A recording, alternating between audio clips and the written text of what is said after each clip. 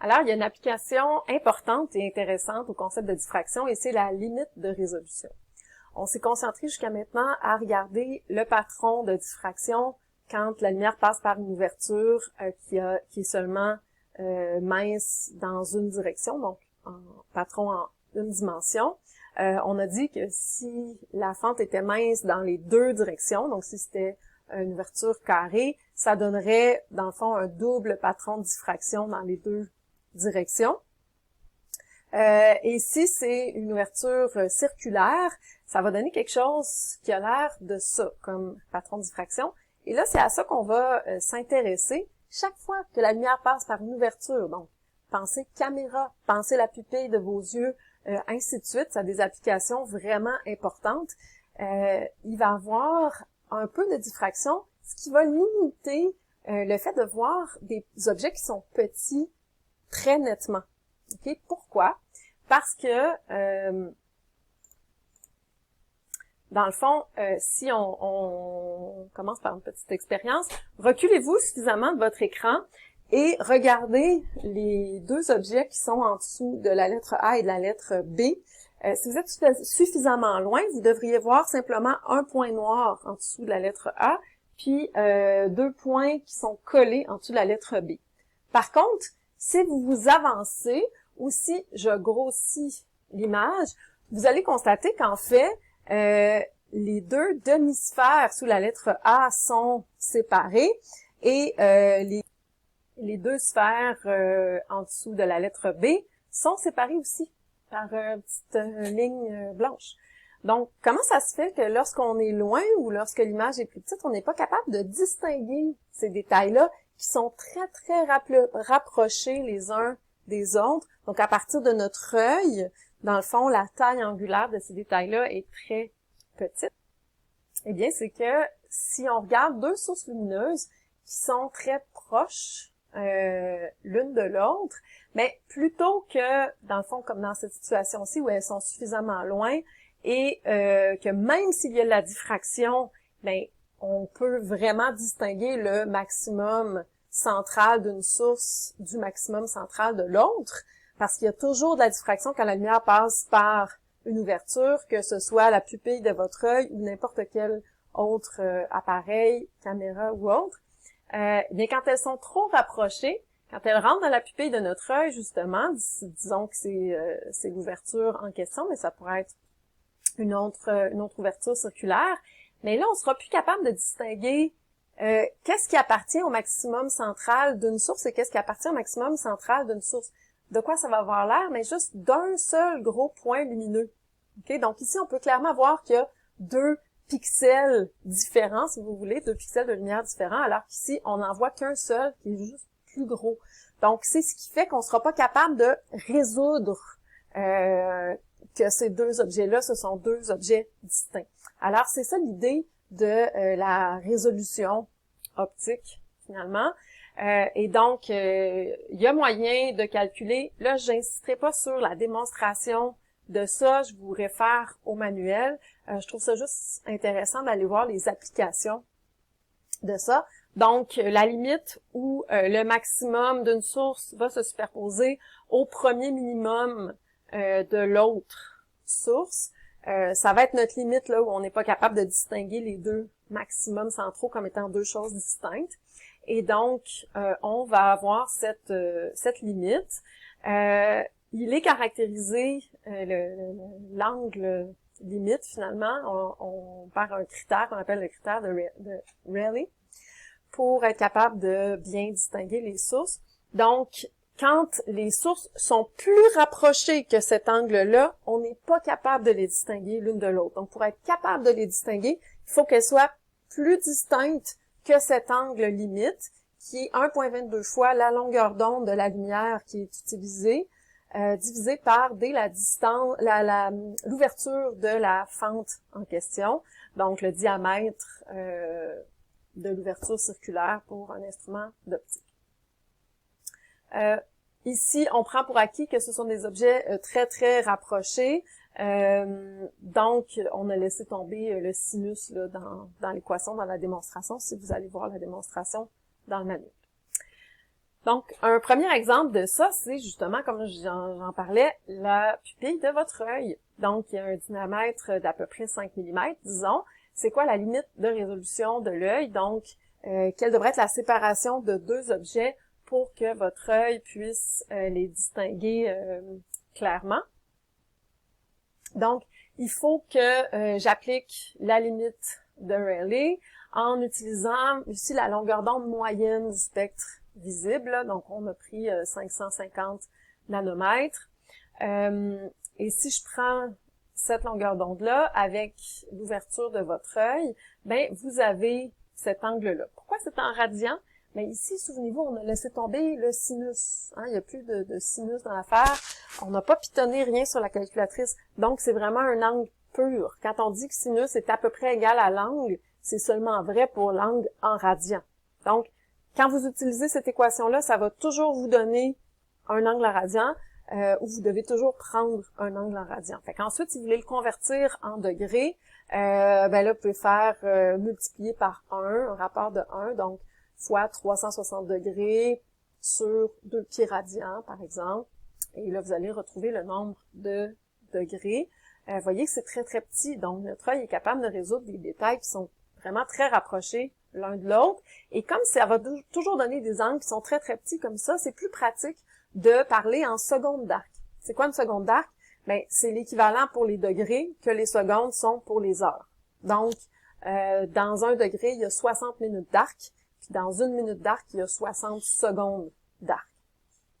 Donc, pour les optométristes, si vous êtes capable de résoudre des détails à 1 minute d'arc, bravo, vous avez une vision parfaite. C'est comme le critère de base, mais en réalité, la plupart des gens ont une résolution encore meilleure que ça, comme on vient de le calculer. Alors, je vous laisse faire un petit exercice par vous-même. Je vais vous montrer la réponse et la solution après, mais je la commenterai pas celle-là. Donc, vous pouvez l'essayer, faites pause. Alors, voici la réponse. Ceux qui veulent vérifier si là. Si vous trouvez toujours pas votre erreur, alors voici la démarche. Oups. Petit détail, évidemment, généralement, on va se demander quelle est la distance de laquelle peuvent être séparés les objets pour bien les voir en mètres ou en millimètres plutôt que en degrés. Donc, par la géométrie simple, là, tangente de l'angle de résolution, par exemple, ici, on a utilisé alpha, mais pensez θ limite. Donc, si vous avez un certain angle, vous savez que, voici, mes objets doivent être séparés de ça. Donc, disons, mon pixel doit être telle taille de hauteur, à quelle distance je dois mettre pour être capable de le résoudre. Vous faites juste tangente de l'angle est égale à la séparation des objets sur la distance des objets jusqu'à vous, tout simplement. Donc, c'est ce que vous avez dans la situation 4. Quelques images intéressantes. Voyez que donc ici la Lune a été prise par des appareils optiques qui ont différentes résolutions et on voit qu'on est capable de distinguer beaucoup plus de détails ici. On ne s'est pas rapproché de la Lune, donc c'est juste l'ouverture de l'appareil optique qui va être utilisé, par exemple. Et on est capable de voir beaucoup plus de détails. Attention, par exemple, parce que là, on parle de résolution optique qui dépend de l'ouverture de l'appareil, mais ça se peut aussi qu'on atteigne la limite de la résolution d'un certain écran. Okay? Donc, quand on rend ces photos-là, moi, je les projette sur mon écran. Je suis capable de voir la différence entre l'image du haut et l'image du bas parce que la résolution de mon écran me permet de voir les petits détails qui sont montrés sur l'image du bas. Mais souvenez-vous qu'un écran, c'est juste un plein de petits pixels qui permettent de voir, donc si vous approchez beaucoup de votre écran, je ne sais pas si vous êtes sur un grand écran d'ordinateur, vous approchez beaucoup, vous regardez un gros plan d'un caractère, ben vous allez voir que finalement, c'est tous des petits pixels qui permettent de former des images. Et donc, si la limite de de votre image que vous voulez montrer atteint finalement le nombre de pixels, mais vous pourrez plus voir la différence. Par exemple, si vous regardez ces trois images-là, je ne sais pas sur quel type d'écran vous êtes, mais en tout cas, pour moi, je vois à peu près pas la différence entre les trois.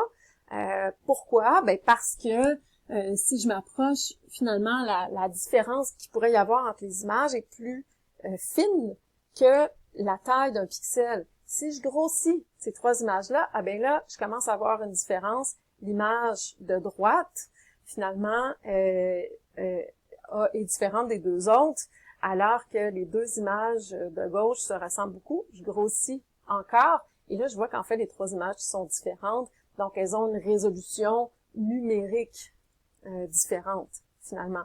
Donc, dans la situation du bas, c'est que là, la résolution optique de mon œil permettait pas de distinguer ici les détails qui sont plus petits que les pixels qu'on voit à droite, dans l'image de droite.